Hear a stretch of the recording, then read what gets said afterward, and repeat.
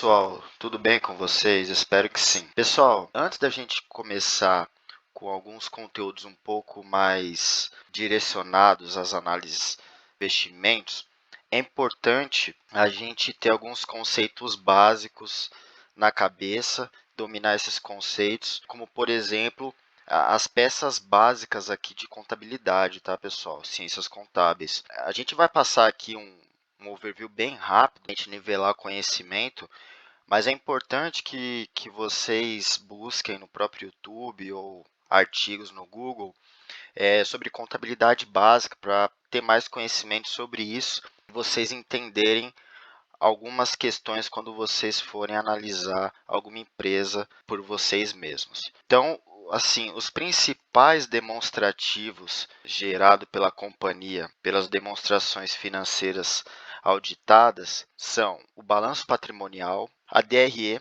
que é a demonstração do resultado do exercício, e a DFC, que é a demonstração do fluxo de caixa. A gente vai passar aqui por cada um deles para, assim, bem básico, tá, pessoal? Mas só para todo mundo entender mais ou menos o que se trata. O balanço patrimonial, o que ele visa demonstrar? Ele visa demonstrar a posição de ativos, que é essa parte aqui do lado esquerdo, que são os bens e direitos da empresa, e os passivos, que é essa parte do meio e essa parte aqui de cima do lado direito, que são as obrigações e deveres da empresa. E também o patrimônio líquido, que é quanto que essa empresa deve para os acionistas. Então, o lado esquerdo são os bens e direitos, e o lado direito são as obrigações e deveres. Do meio para cima, com terceiros, o patrimônio líquido com os próprios sócios, acionistas. Certo? Isso aqui é uma posição em determinado momento da vida da empresa. Então, como que funciona?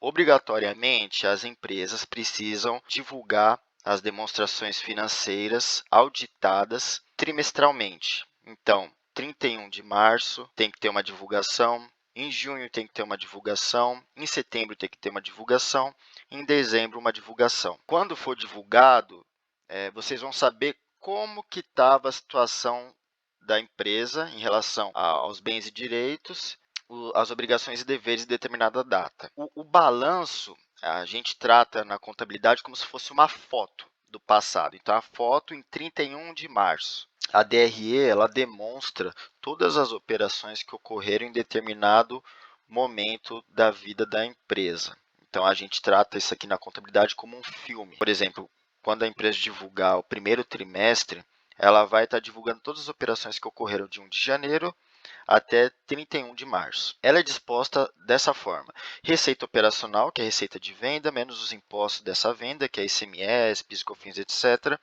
resultando na receita líquida deduzida do custo da venda dessas mercadorias ou serviços, resultando no lucro bruto, despesas gerais administrativas, como aluguel, IPTU, condomínio, folha de pagamento. Depois tem o resultado financeiro, que são despesas financeiras e receitas financeiras. Despesas financeiras, um exemplo, então, são juros dos empréstimos, e receita financeira são juros auferidos de aplicações financeiras, resultando então num lucro antes dos impostos. Aqui embaixo teria a despesa com imposto de renda e contribuição social, tá bom? E aí sim, depois o lucro líquido. E aqui, pessoal, é o fluxo de caixa. Isso aqui é um exemplo, tá? Fictício, mas o que tem que ter em mente aqui no fluxo de caixa, ele ocorre da mesma forma que a DRE. Então, refere-se a um determinado período de tempo, é um filme também. Só que o que ele visa demonstrar aqui? O fluxo de caixa, ele de fato quer demonstrar as operações que tiveram sim impacto no caixa. Não necessariamente as operações evidenciadas aqui na DRE tiveram impacto no caixa. Aqui sim. Então, ele parte do lucro líquido e aí ele tem os ajustes para chegar no fluxo de caixa operacional correto. O que quero dizer com tudo isso? Ele parte do lucro líquido, que foi auferido, só que dentro desse lucro líquido tem algumas operações que não têm impacto em caixa. O exemplo clássico que se é dado é depreciação.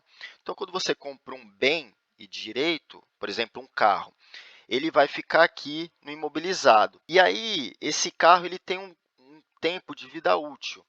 Vamos supor que seja 5 anos. Então, mensalmente, anualmente, esse ativo vai ser depreciado. E essa depreciação vai ser uma despesa no resultado, na DRE. Porém, vocês concordam comigo que essa depreciação não tem efeito no caixa, é simplesmente uma depreciação, uma amortização que acontece, porém, na realidade, não teve absolutamente nenhum impacto. Então, depois dos 5 anos, se esse carro continuar sendo utilizado, qual que vai ser o efeito? Na realidade, o carro vai continuar sendo utilizado normalmente, nada muda, porém, no balanço patrimonial, aqui na parte do ativo, esse carro vai estar zerado, porque vai ter o valor de custo, que é o valor de compra dele, R$ 50.000, só que depois de 5 anos, ele foi totalmente depreciado, então é 50.000 de custo menos 50.000 de depreciação, resultando em zero. Mas isso não quer dizer absolutamente nada, porque o carro está funcionando e não teve nenhum impacto no fluxo de caixa, apenas da primeira vez que foi a aquisição do veículo.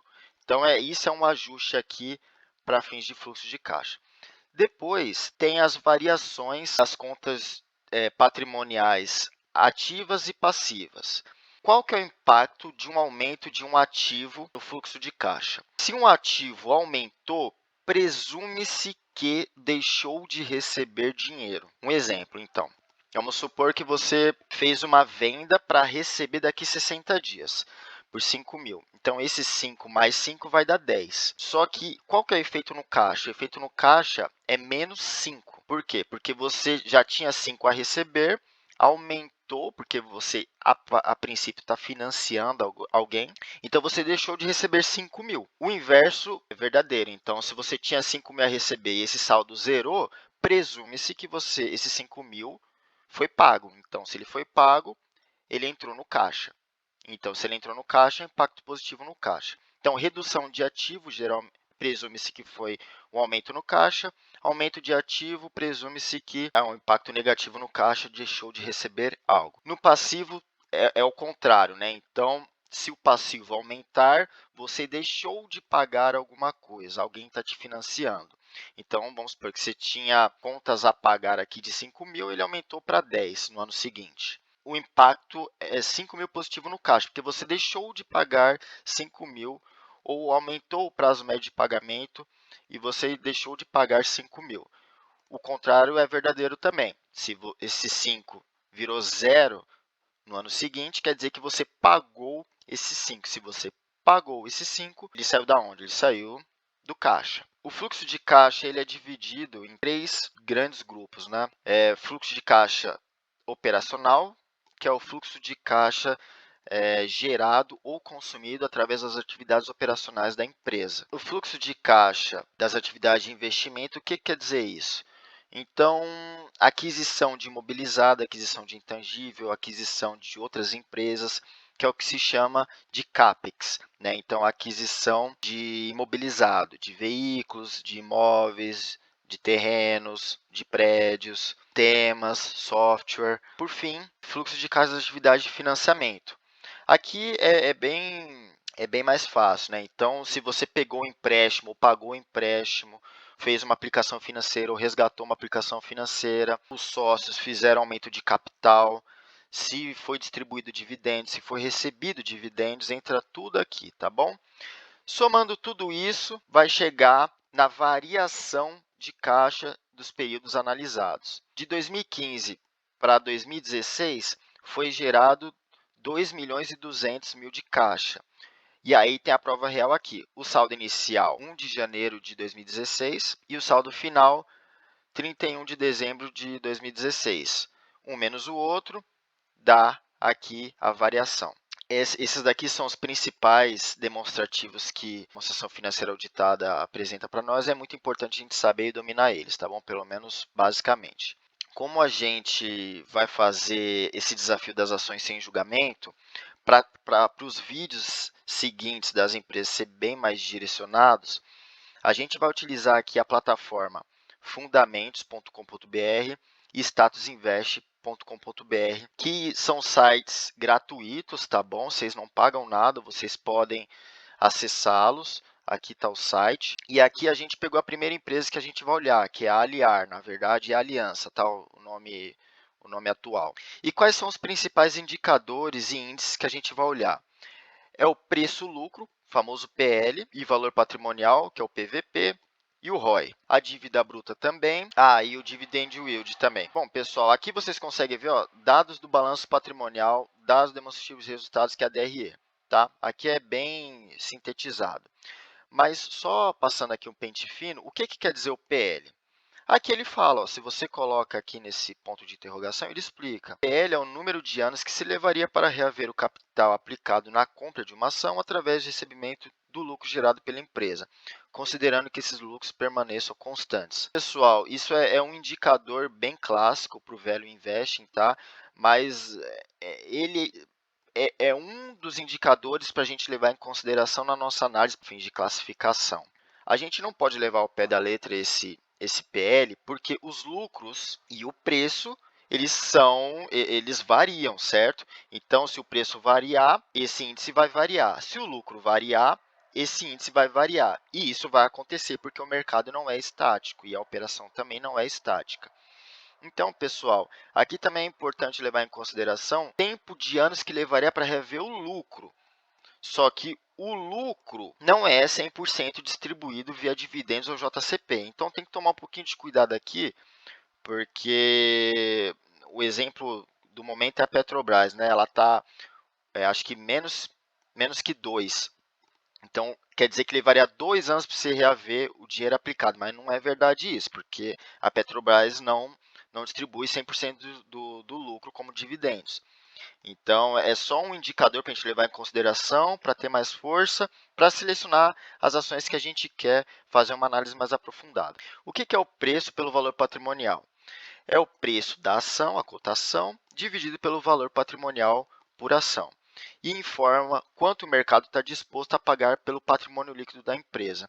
Pô, mas por que o mercado, às vezes, paga mais do que o valor patrimonial da própria empresa? Porque tem marca envolvida, tem expectativa de lucro muito forte durante um longo período de tempo no futuro, então o mercado acaba antecipando toda essa expectativa do futuro, entendeu? Pode ser que se concretize, se concretizar com o passar do tempo, esse PVP vai diminuindo, porque o lucro vai aumentando, considerando que o preço se mantém, né? O lucro vai aumentando, então vai diminuindo o índice aqui. O ROI é o retorno sobre o patrimônio líquido. Então, como que obtém isso daqui?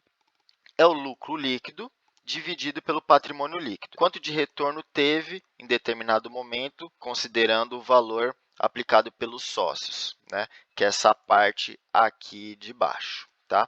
Então, o lucro líquido dividido pelo total do patrimônio líquido. A gente, a princípio, vai considerar o ROI, mas o ROI ele pode levar a gente a erro, tá bom, pessoal?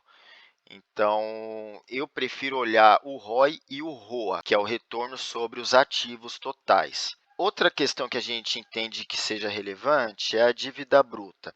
O que é a dívida bruta? São os empréstimos, financiamentos que a empresa tem. E por que isso daqui é muito importante? Porque esse momento que a gente está passando de juros altos é um momento que acaba desafiando as empresas que têm uma dívida muito grande. Por exemplo, essa Aliar, a gente vai falar mais no futuro, mas ela tem 1 bilhão de dívida. Então, assim, uma coisa é você ter 1 bilhão de dívida com juros de 4%, 5% ao ano. Outra coisa é você ter 1 bilhão de dívida com juros de 15%, 20% ao ano.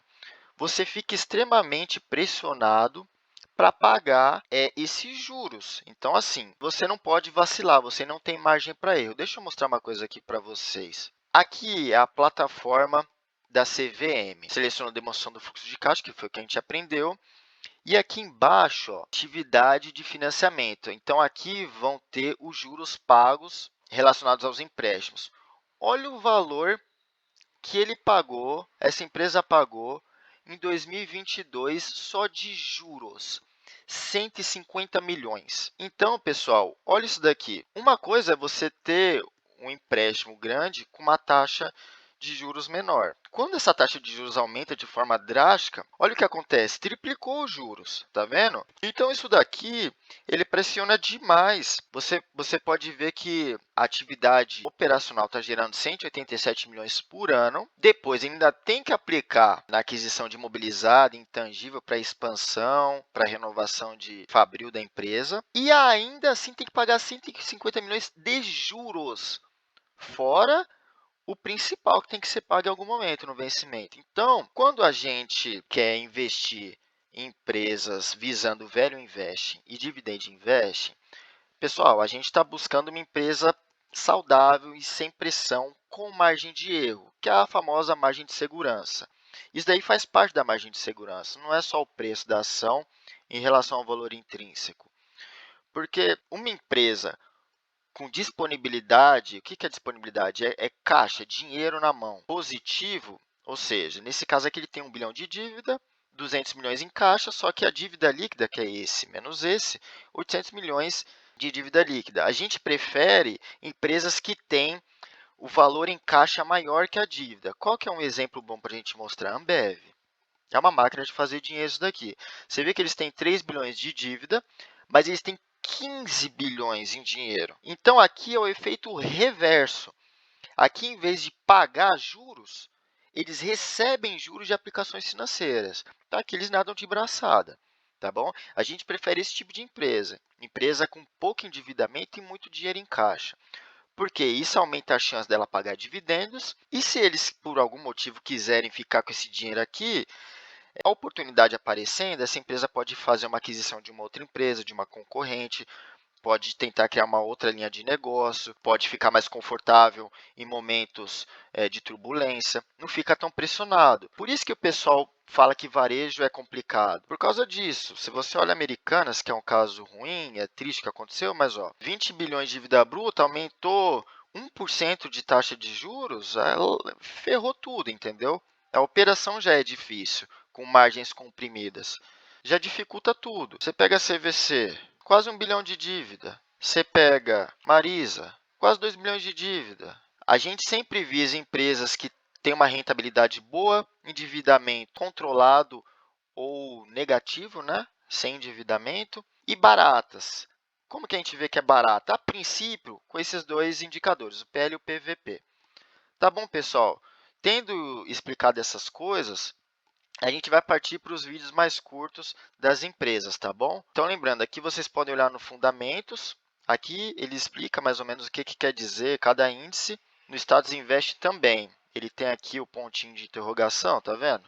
Ele explica mais ou menos o que quer dizer um índice e como que é a fórmula para chegar nesse resultado. O preço atual da ação dividido pelo lucro por ação, que é o LPA, que está aqui. Espero que tenha ajudado vocês um pouquinho. Se vocês tiverem dúvidas, por favor, mandem nos comentários. Deixem um gostei aqui no vídeo, porque a gente está fazendo isso para vocês. E para mim também, porque querendo ou não, eu vou relembrando e estudando junto com vocês. Se inscrevam no canal. E é isso. Muito obrigado e forte abraço a todos.